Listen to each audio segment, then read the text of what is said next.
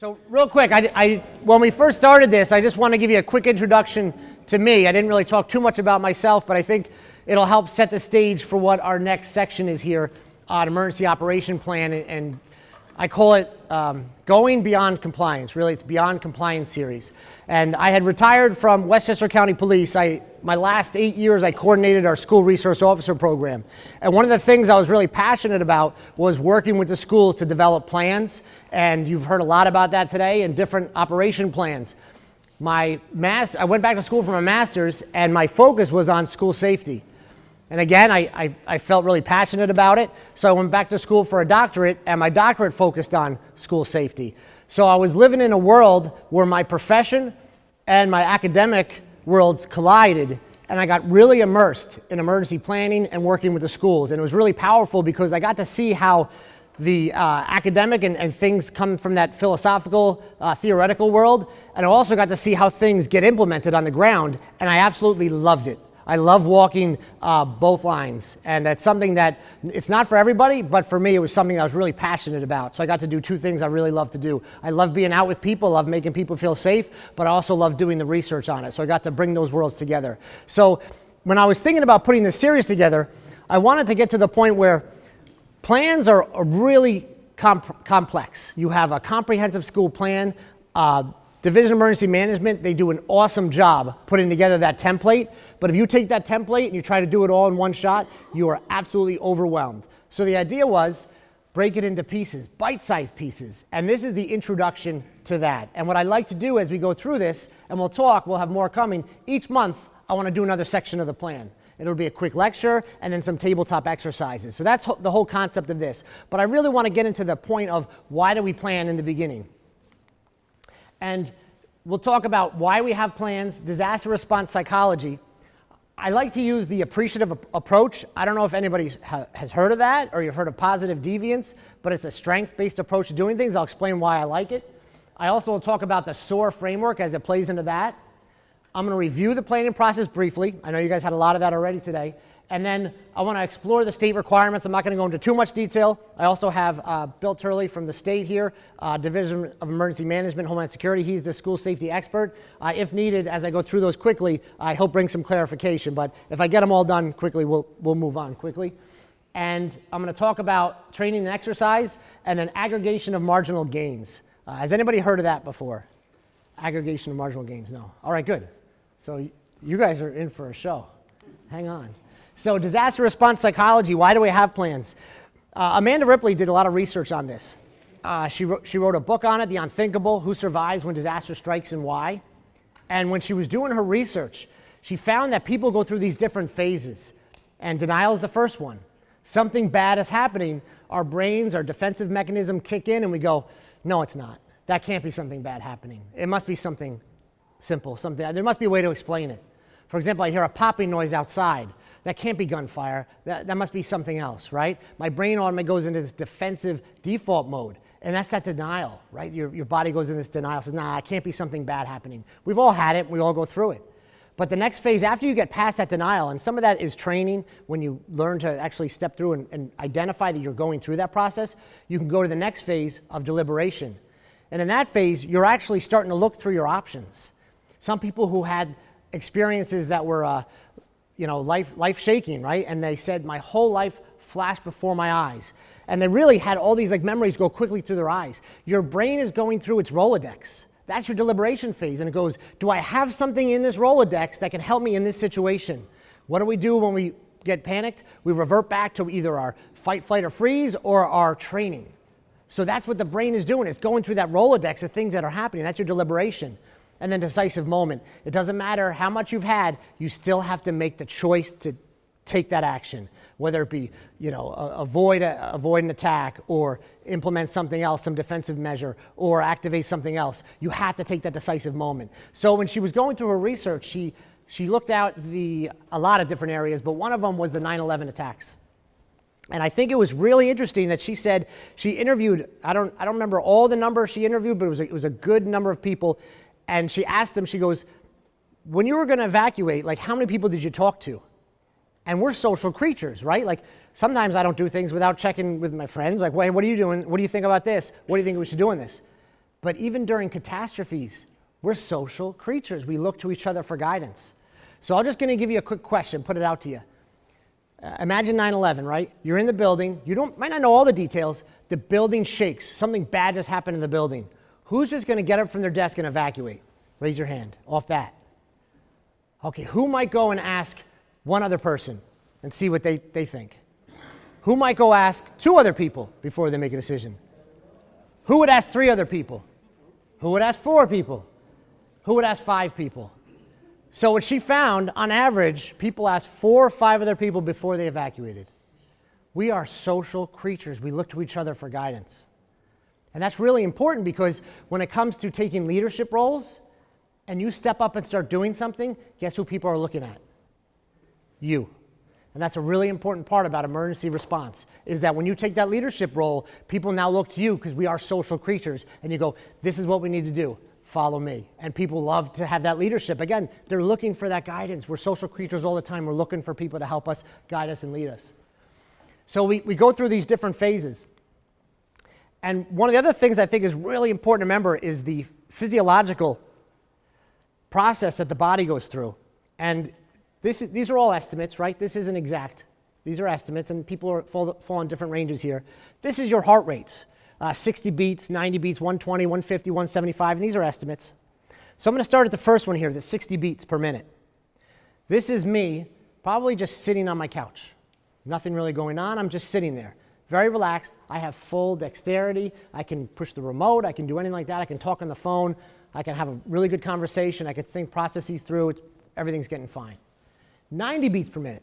I would say this is me operating a car in a little bit of traffic, right? I'm not like overstressed, but I'm alert. I'm like, ooh, there's a little traffic here. I got to pay attention to things. I'm not overly excited. My heart rate goes up a little bit, but I am alert. That's why I'm tired after you drive these long trips, because you're paying attention the whole time. I'm in that yellow, that 90 beats per minute. Once you move past that, though, you go to the 120, you start to lose certain things like some dexterity. Your heart rate goes up even higher. Maybe one of the big things athletes like to do is you'll find professional athletes operate in that red zone all the time. And you do lose some fine motor skills. However, they overcome it by training. The nice thing about operating in that red zone is blood goes to your big organs, your legs, your muscles. You can do good things. You're stronger, you're faster, you have more physical ability, whether it be to fight somebody or run away or do whatever it may be. Your body's geared up now. You have the more physical abilities because of that blood pumping through your muscles. You go up a little further, 150, now it starts to get dangerous because you start to lose not only fine motor skills, you start to lose other things like hearing, auditory exclusion, tunnel vision. You start to focus in on certain things. You might even have time dilation. You might lose track of how fast things are going, and things might change. You might feel like slow motion in the way things are responding. And you might think everything's going in slow motion, yet nothing's changed, everything's still going. Then you go to the 175 beats per minute. Past that point, if that's brought on by stress, you're pretty much on pure instinct. Whatever your instincts are, whether to be fight, flight, or freeze, that's what's going on. There's absolutely no cognitive thinking. You're not able to deliberate on a plan. You're just in pure survival mode. So this is the physiological response, and I think it's important to talk about because we're talking about emergency operation plans. And if your training for emergency operation plan was, hey, I'm going to read the plan to you. Okay, any questions? All right, let's go practice. You were like, wait a minute. When a situation happens, my body's going to start going through these areas. Did I actually train and plan for that? And if it was just a lecture in front of a book and you read it, I would say that's not enough. And I'm going to talk about building on that and doing training and exercise as we progress.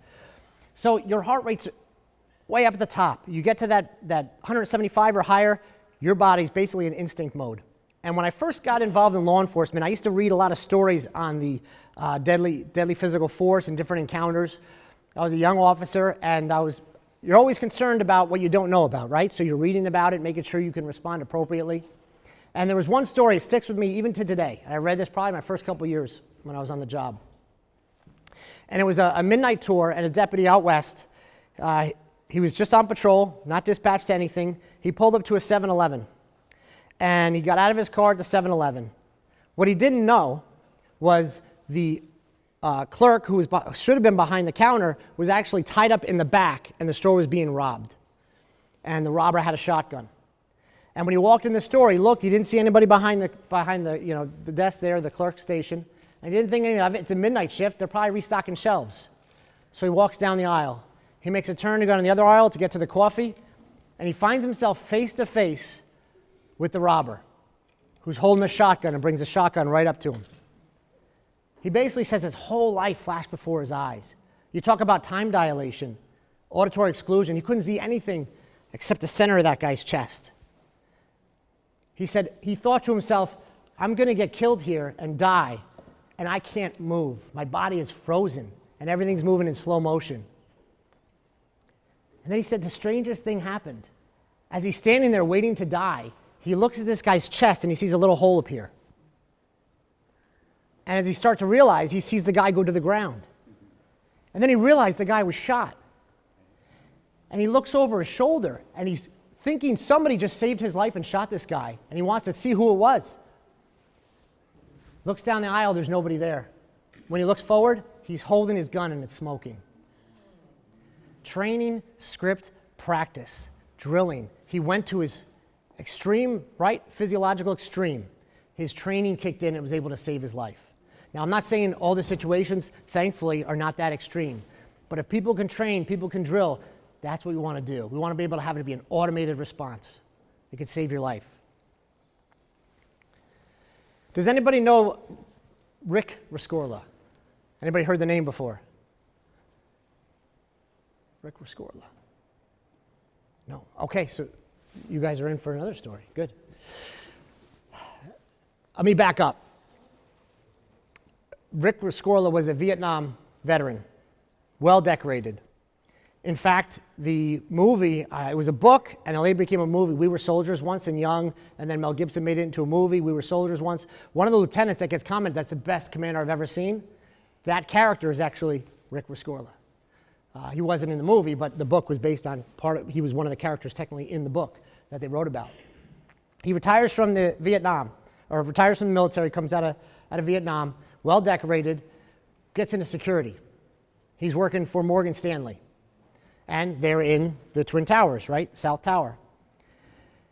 He brings in his friend, and he says, doing different security work, correct that. At 1988, there's some international event that happens. Anybody remember what that was? 1988? Pan Am flight, Lockerbie, Scotland. And what happened? The world woke up and said, terrorism is real. It's here. He saw that, and he went out, reached out for his friend who was in counterterrorism, or involved in that kind of stuff with the government, and he said, can you come and do an assessment of my building? So he comes in, looks at it, they go down. His friend goes, you know what, let's go to the basement. They go through, there's no security down there, nobody stops them. He says, this is what I would do. If I was going to attack, I would come into your parking structure here in the basement where there's no security.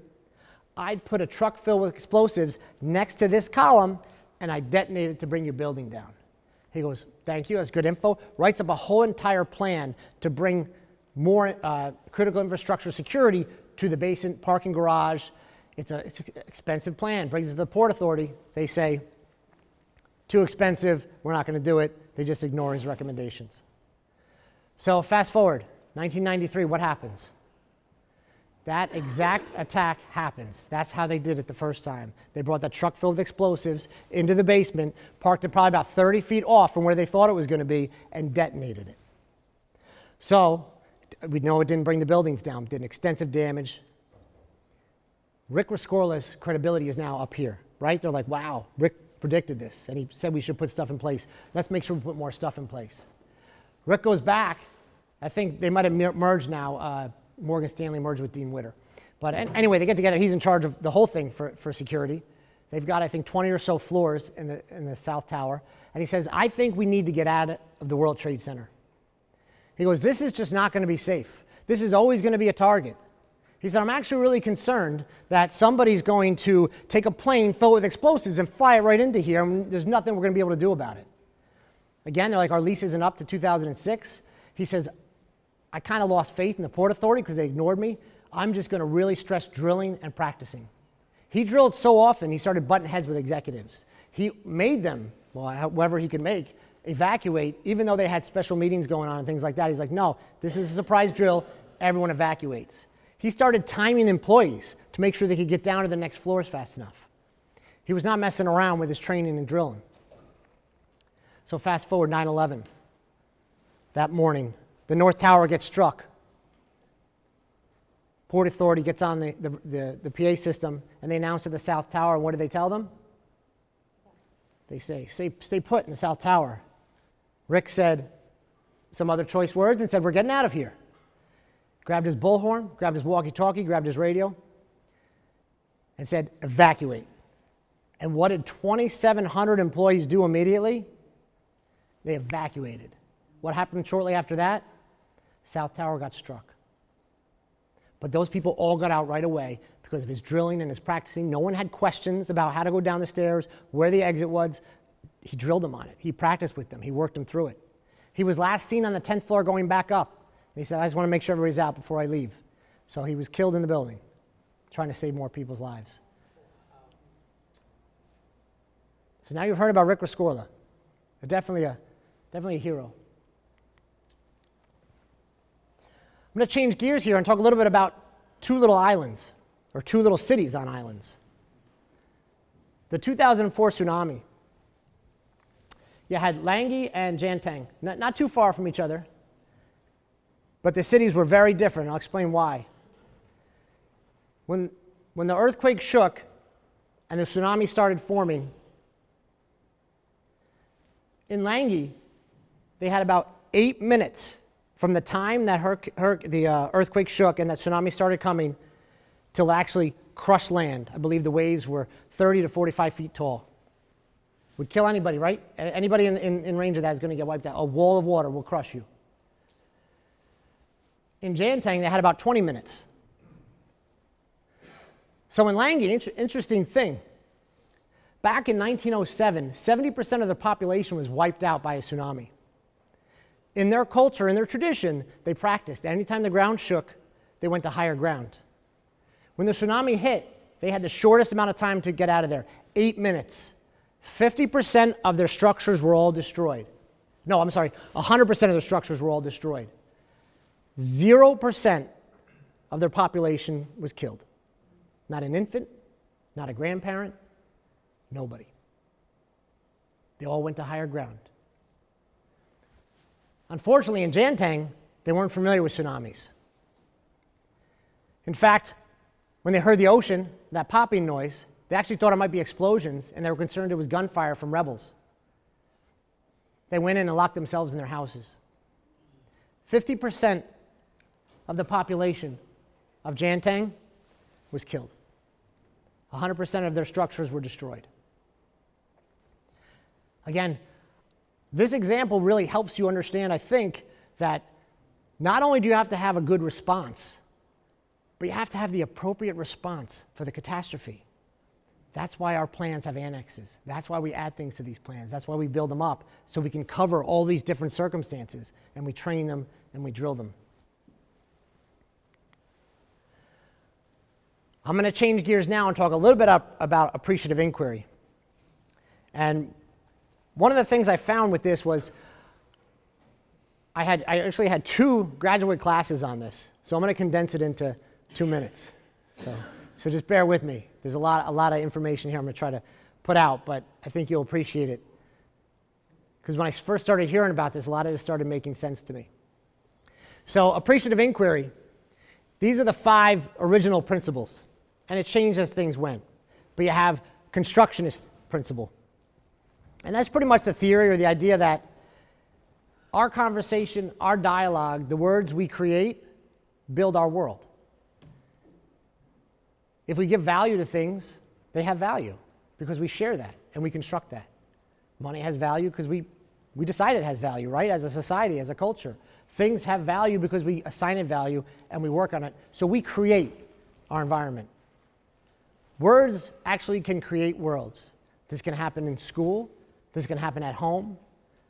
Who knows how powerful their greetings and the way they communicate with their family and friends make those relationships and can make that atmosphere. You've probably all been in experiences where the atmosphere has been very tight and tense, right? And maybe the conversations were negative or something bad was going on. And then reverse that, you went to other areas where maybe you had really good conversations and you were in good company and people really appreciated each other. Those conversations, they really created that environment. Anticipatory.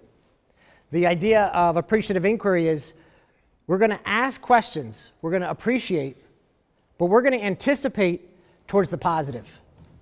I'm going to focus on what's going well and what the strengths are. And when I start focusing and my questions are worded not to, hey, what did you do wrong? But I want to know, what did you do well?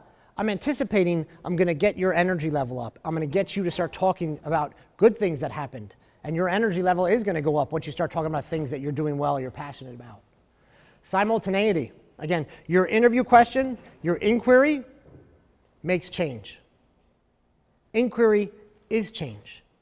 I use my posture all the time. If somebody says, hey, Amery, how's your posture? I open this up and fix it. Their question changed me, right? It's simultaneously, not only did they ask me about it, they also brought some change involved. It also changed me. Poetic. Again, we're not getting too much detail with that, but they talk about stories. You ever ask somebody something they're passionate about, and they start telling you a story about it, and then you can't stop them, right? They get so excited, right? People love stories. And they're like, oh yeah, and then this happened, and then that happened. And they just go on, and they just keep going. We're storytellers, and we love to hear stories. That's the way we're built. And the last one is positive. Again, that focus on the positive. So again, I crammed a little bit of this kind of quickly, but it just kind of sets the stage for the framework of SOAR, which I'm going to talk about next. So you've heard of a SWOT, strengths, weaknesses, opportunities, and threats. Who's heard of that before? Good. So one thing they do is they took that and they reframed it into SOAR, strengths, opportunities, aspirations, and results. And I have some questions under here. We'll go through them.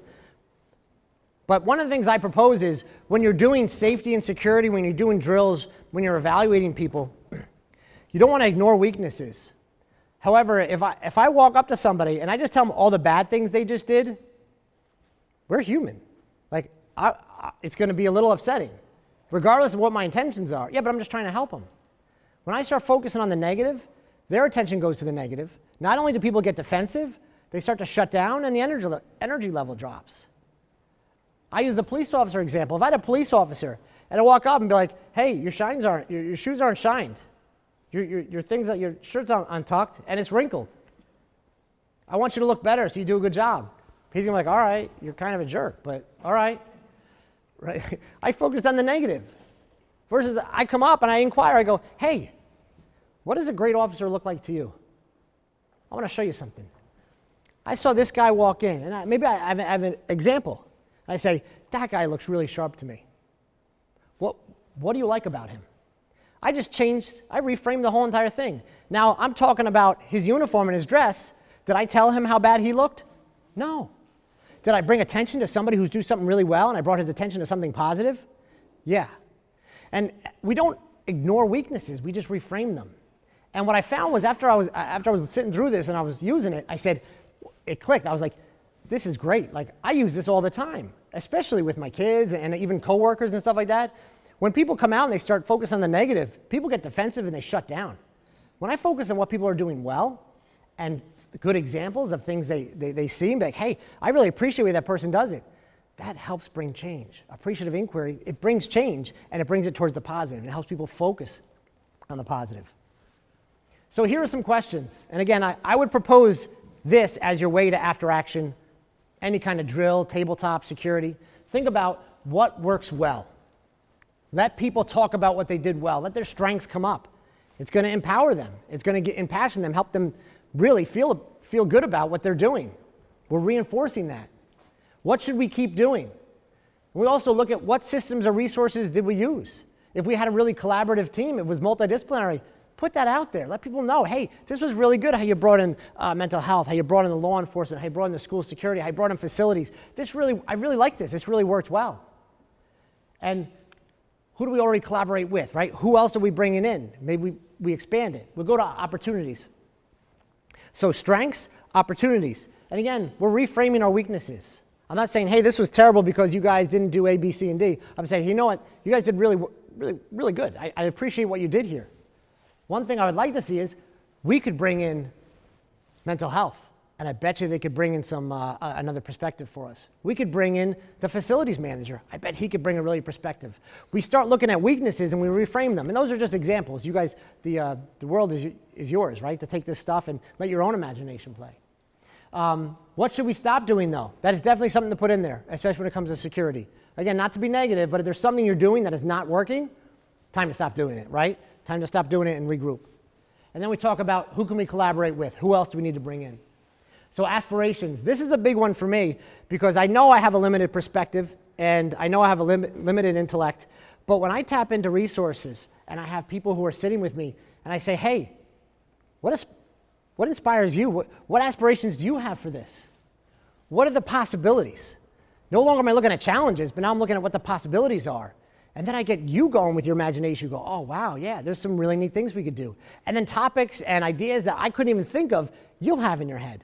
And when we work together on that and we start putting things, lining them up, all of a sudden the plan is even better than I could imagine, right? I'm doing a plan. I was thinking we do A, B, and C. And you're like, hey, what about D, E, and F? And I was like, wow, I didn't even think of that. It's a great idea. And then we start to build on that energy, right? We're focused on the positive, build on that energy. And now it's not only my plan, but it's your plan.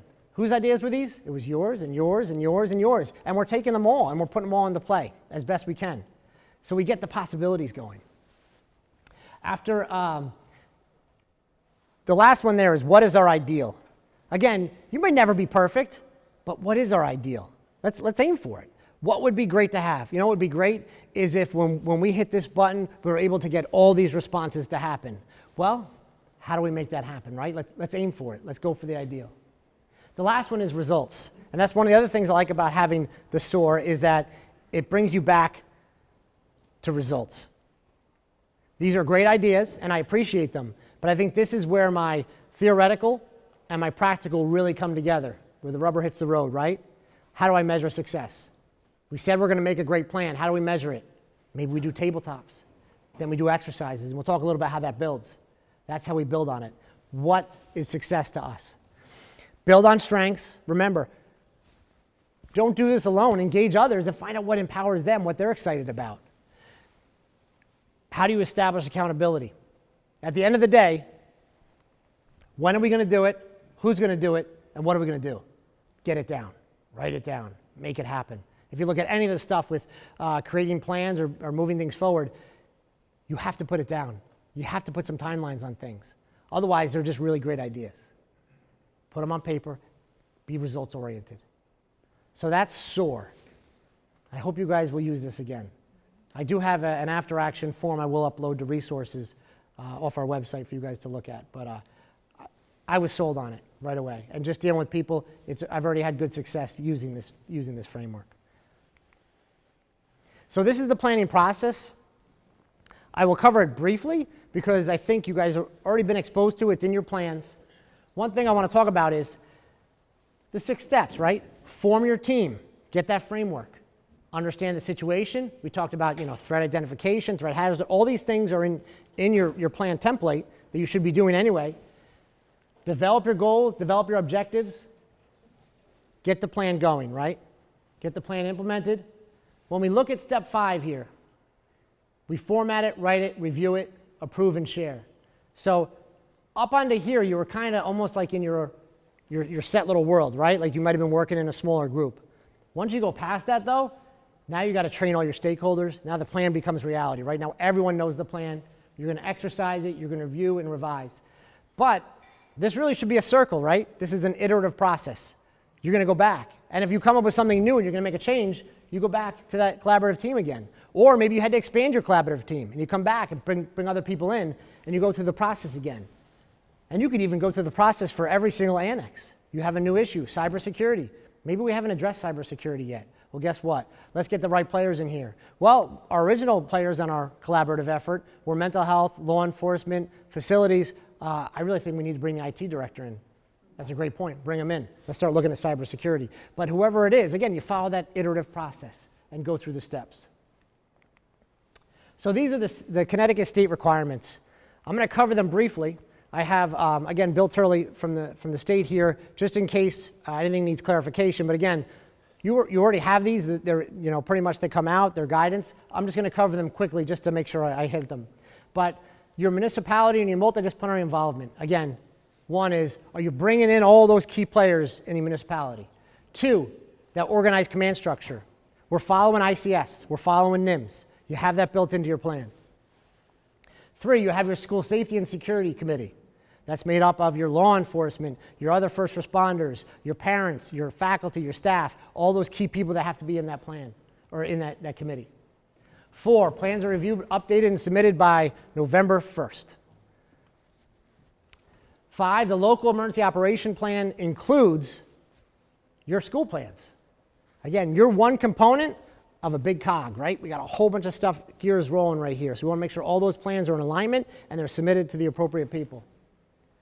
The plans include procedures for handling various types of emergencies, including crisis management. Again, that's just all your different crises you're going through, whether it be evacuation, lockdown, secure the school, all those different parts. Any crisis that your school could face, you should have a plan for. At least one evacuation and one crisis response drill are evaluated each year by your local law enforcement first responders. And then at the end, I know you guys submit that drill by July 1st.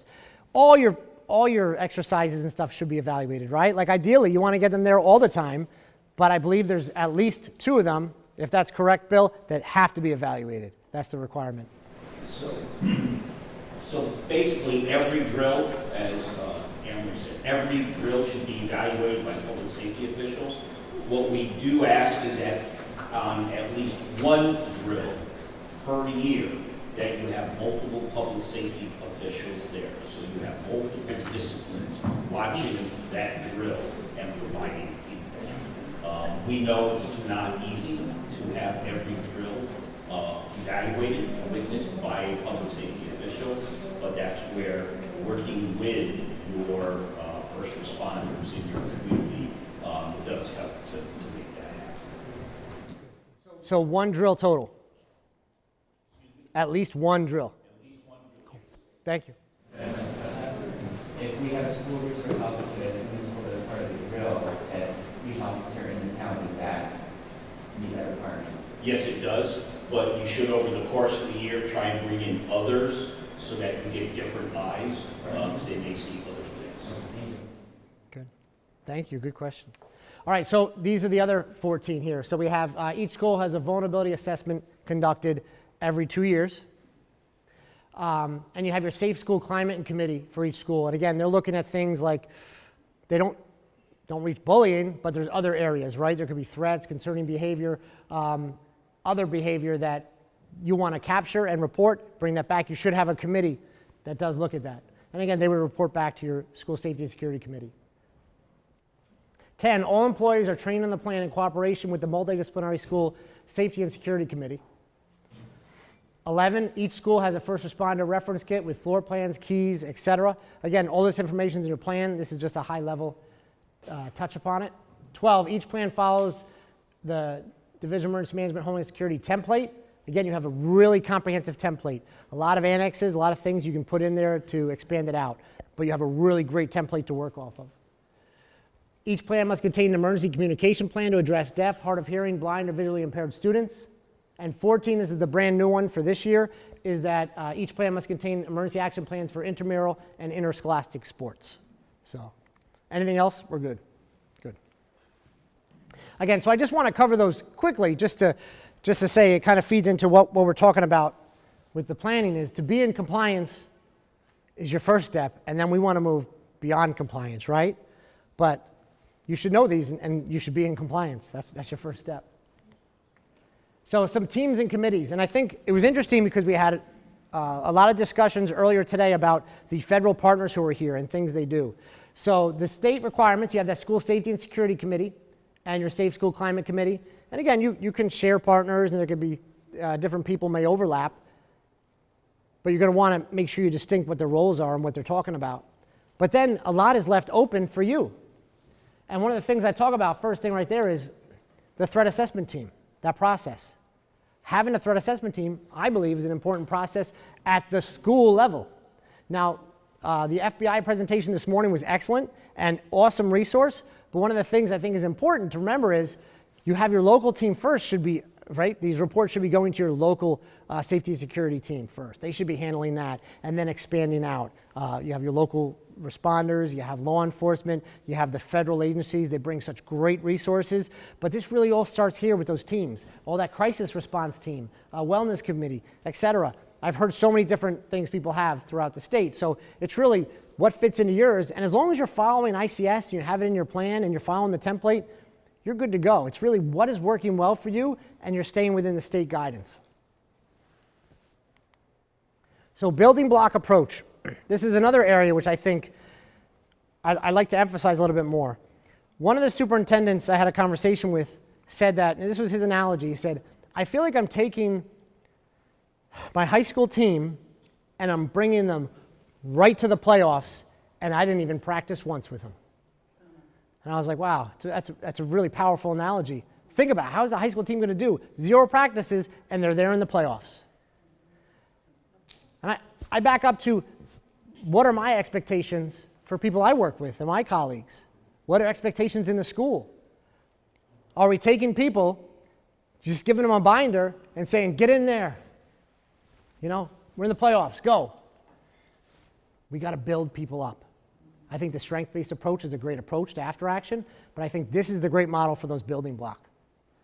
You have a plan. Did everybody read the plan? Right? Did we do a basic seminar? Did we instruct people on what to do?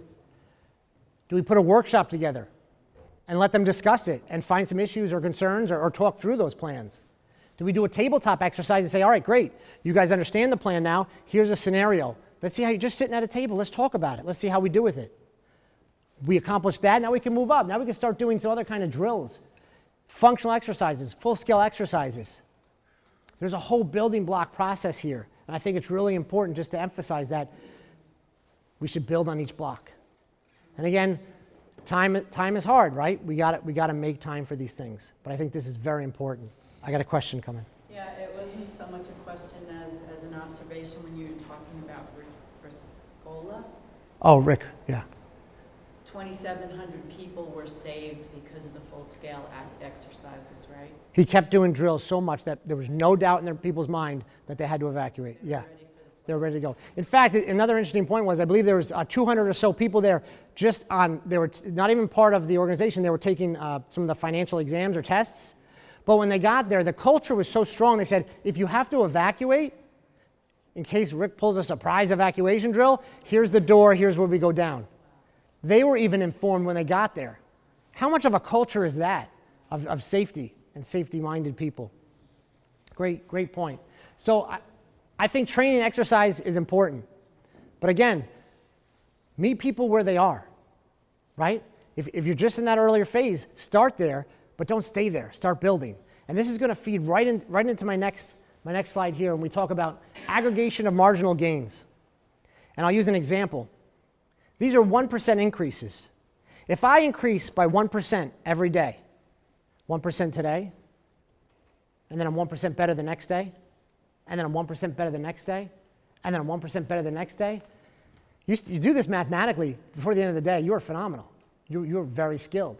In fact, I think statistically they say if you use this, I forgot how long you train, you're better than 90% of the people who probably do that, whatever that topic is you're training for, just on average.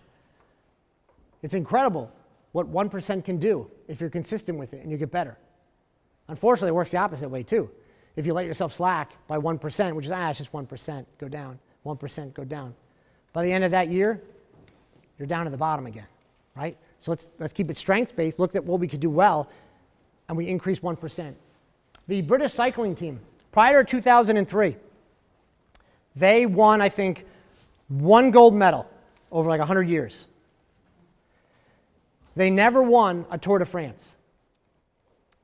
In fact, there was some well-known bike manufacturer that refused to sell bikes to the British cycling team because they didn't want their name associated with them. Then came Coach Dave Brailsford, and he believed in the aggregation of marginal gains and 1% increases. He said, this is what we're going to do. I'm going to take little bits and just slowly help this team 1% at a time. Their clothing they were wearing for the races, they switched from regular garments to indoor cycling garments to shave off just a little bit of time on the races, a little bit of time. He bought special bio reading measures when they did their workouts to help record what their best workouts were and what the conditions were and how could they repeat those. He even got into the massage gels. They just kept looking at other things to improve. They said, hey, these massage gels, let's check to see how they respond to muscle soreness for our athletes so they can recover quickly. How are they sleeping? Even into their pillows and their mattresses to make sure they got a good night's sleep. The inside of their truck, they painted it white so they could see if there's any dust or dirt to help improve the performance of their bikes. 5 years of doing 1% gains. 2008 Olympics. Mind you, they won 1 gold medal in their whole entire 100 whatever years history. 60% of the gold medals the British team won. Fast forward 4 more years. 9 Olympic records, 7 world records. 2012 to 2017, they won 5 of the 6 Tour de France races. Was a British cycler. And he believed in aggregation of marginal gains. Focus on what you can, even 1% increases, but start today. And then just keep adding on, adding on, adding on.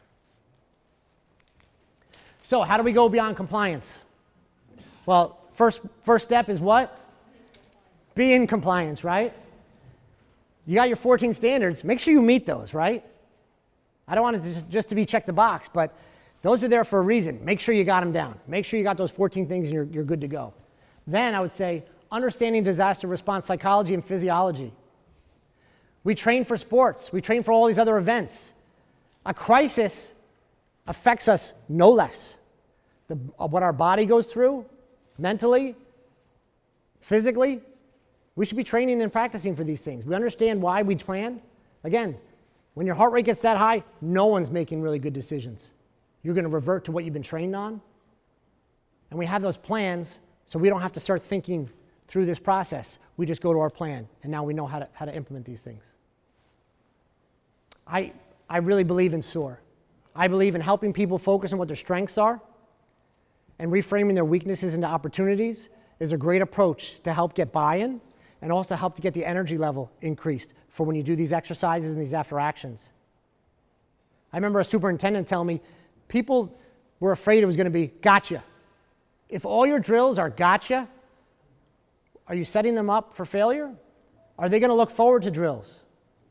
Does anybody want to do a drill if all it is you did this wrong, you did that wrong, you did that wrong? If you start reframing that, right? Yeah, there's opportunities. We're not going to ignore them. There's things we have to fix and make better.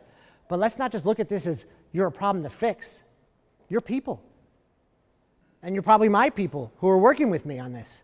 You're my team. I'm going to get my team better by telling my team what they're doing well and helping them build on that. That strengths-based approach. And again, the last part is remember the principles of aggregation of marginal gain.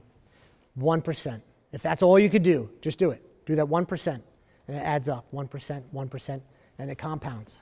And then we get better and better at what we're doing. So just to go back, this is the intro to a series we're doing. It's Beyond Compliance. So after this, we're going to start doing annex-specific workshops. And all I want to do is start breaking down your plan into bite-sized pieces each month. More information is going to come out on it, but we're going to pick a different annex. We're going to go over some best practices, and then we're going to give you a scenario and let you test and work through your plan.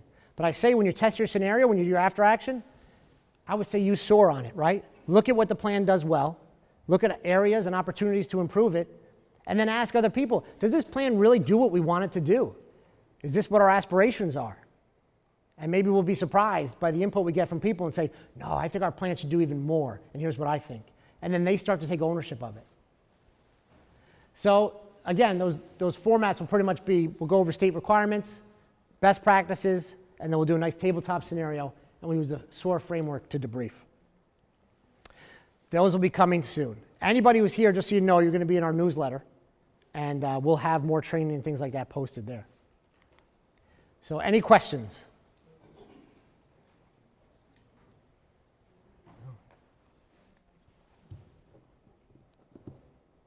Good. All right, thank you. And I did put my contact information as well as Bill Turley's contact information from the state. So if you guys needed it, please take a picture. But you guys were awesome. Thank you.